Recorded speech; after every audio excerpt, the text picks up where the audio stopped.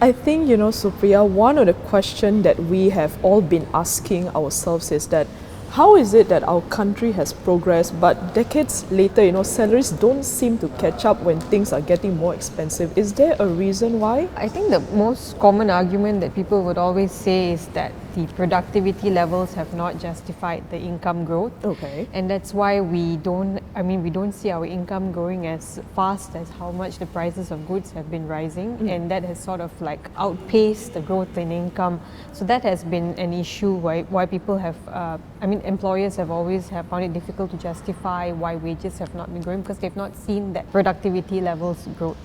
And for that productivity growth, it's one circle. You've got to see like things improve in the economy for employers to be able to justify the higher investments that they want to make in their corporations to actually, enhance the productivity. So yeah, that's one reason why we can't see income growth growing as fast. So, your story, right? High cost of living, the conundrum. Now, why are we suddenly talking about it now? Or is it something that we've been talking about for some time, only now the discontent is stronger? I wouldn't say it's a discontent. I would say probably that the discontent is stronger. That I wouldn't say. I would say probably the conversation has gotten louder now because of the recent change in government.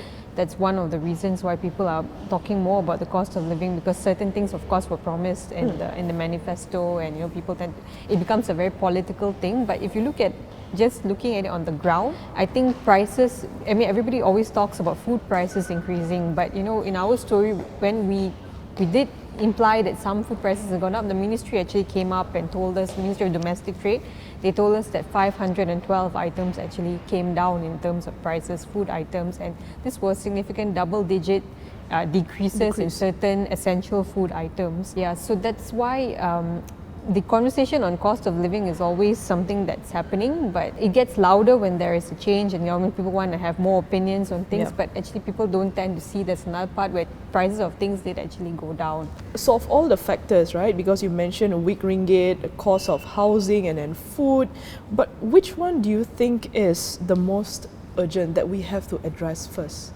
Obviously, one reason that economists and all have talked about is the weak ringgit, but that would of course be a challenge to address right now because of the global growth where we are and slowing global growth, so it'll be much more difficult to address that weak ringgit situation.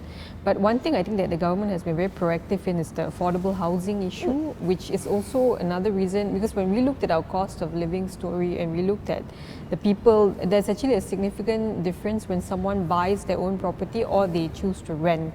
That is actually, obviously you save more when you rent, but the thing is, it's not a sustainable model because obviously you want to own a home for your future, they can pass on to your children and so forth. So that is one thing that we see. Housing is something that's taking up, the installments for housing is something that's taking up a large portion of income, and that's why people are left with very little disposable income every month. So I would say affordable housing and ringgit are two of the things that are quite important. But then again, is there really a solution? Because someone you spoke to brought up holistic approach now.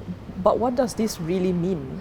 I think what the person meant was actually on a holistic approach is to look at it in totality, look at all the structural issues, the issue with the ringgit, with the affordable housing, the growth in income. These are things that have actually been carried forward, and that's why this cost of living problem just doesn't seem to go away. I think another reason why they mention not to look at it in a holistic manner is because if we tend to take things on a targeted basis, like the subsidies, for example, then we're not actually looking at the long-term solution. We're actually finding little things to just get the problem solved on a short-term basis rather than looking at the whole. So if we tend to take things on a holistic manner, looking at it on a whole, but then maybe we get to the root cause of the problem and solving it. For more on the stories, pick up a copy of The Age Weekly at all good newsstands.